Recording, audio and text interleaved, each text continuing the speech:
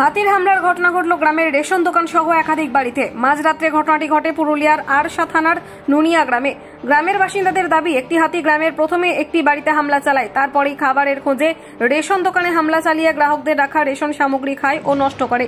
পাশাপাশি গ্রামের একাধিক বাড়িতে হামলা চালিয়ে ধান ও আলু খায়। রাত্রেই খবর দেওয়া হয় বন দফতরে। বন দফতরের হুলা পার্টির দল হাতিটিকে জঙ্গলের দিকে নিয়ে যায়। ঘটনায় আতঙ্কিত গ্রামবাসীরা। তাদের দাবি, সরকার ক্ষতিপূরণের ব্যবস্থা করুক ও হাতিকে জঙ্গলে নিয়ন্ত্রণ করার ব্যবস্থা করা হোক। কি হলো, কি হয়েছে আর বলো। ওই যে হাতিতে খাইয়ে দিয়েছে দ্রব্যগুলো। কি কি খেয়েছে? আটা খেয়েছে, চিনি খেয়েছে, চাল কিছু খেয়েছে। কখন এসেছিল হাতি? রাত 12টা দিকে। আমরা জানি নাই, তবে লোক হাউটাউ করছে, তখন আমাকে উঠাইছে। আমি ভিতর রুমে ঘুমাইছিলি। হ্যাঁ, কপার তাড়িয়ে তখন বলছে হয়তো চোরে লেগছে, সেই জন্য সব ভাব ওই দোলান দিয়ে আবার উঠছে। আমি উঠতে পারলাম না। কখন বুঝলেন যে হাতি এসেছিল? লোকজন সব সারা শব্দ করলো, তখন হাতিটা কায়দা করে যাচ্ছে।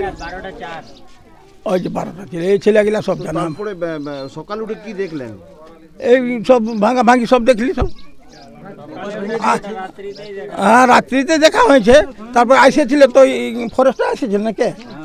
হ্যাঁ, ফরেস্টার দেখে গেছেন, রেঞ্জার বাবু ছিল। ও রাতে তো কল করা হয়েছে ওরা। এখন তো গ্রাহকদেরকে তো আপনি জিনিসপত্র দিতে পারবেন না, রেশনের সামগ্রীগুলো কি করে দিতে পারবেন? ও ক্ষতিপূরণ ওই বললো যে নাকি দরখাস্ত করতে বলেছে ওই ফরেস্টার, বলছে একটা ফর্ম দিব, যাবেন। দেখেছো তুমি? প্রথম কথা আমি প্রথম থেকে বলে দিচ্ছি, রাত 11:50 নাগাদ এখানে একটা কপাট ভাঙার আওয়াজ শোনা যায়। আমার জেঠা মদন মাহাতো আমাকে ডাকেন ওখান থেকে। তারপরে আমরা ওটাওটি করি, তো হঠাৎ ওনাকে জেঠিমা আসতে দেয়নি। ওনারা প্রথমে ভাবলেন যে চোর এসেছে। তো এইভাবে একটু সময় আমরা অতিবাহিত করি ডাকাডাকি করতে ওখান থেকে।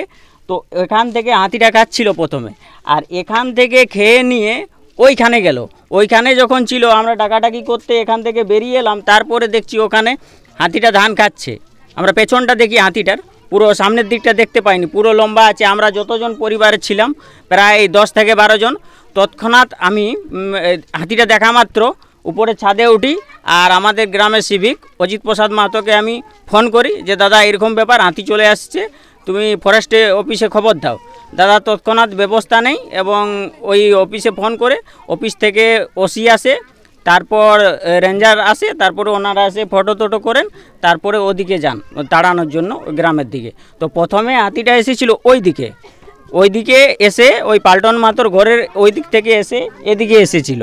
তারপরে প্রথমে এখানে ইয়ে করে কি বলে যে আটা টাটা খাই, তারপরে এখান থেকে ওখানে ধানের কাছে গিয়েছে। তো আমরা ডাকাডাকি করতে করতে তৎক্ষণাৎ হাতিটা পালিয়ে যায়।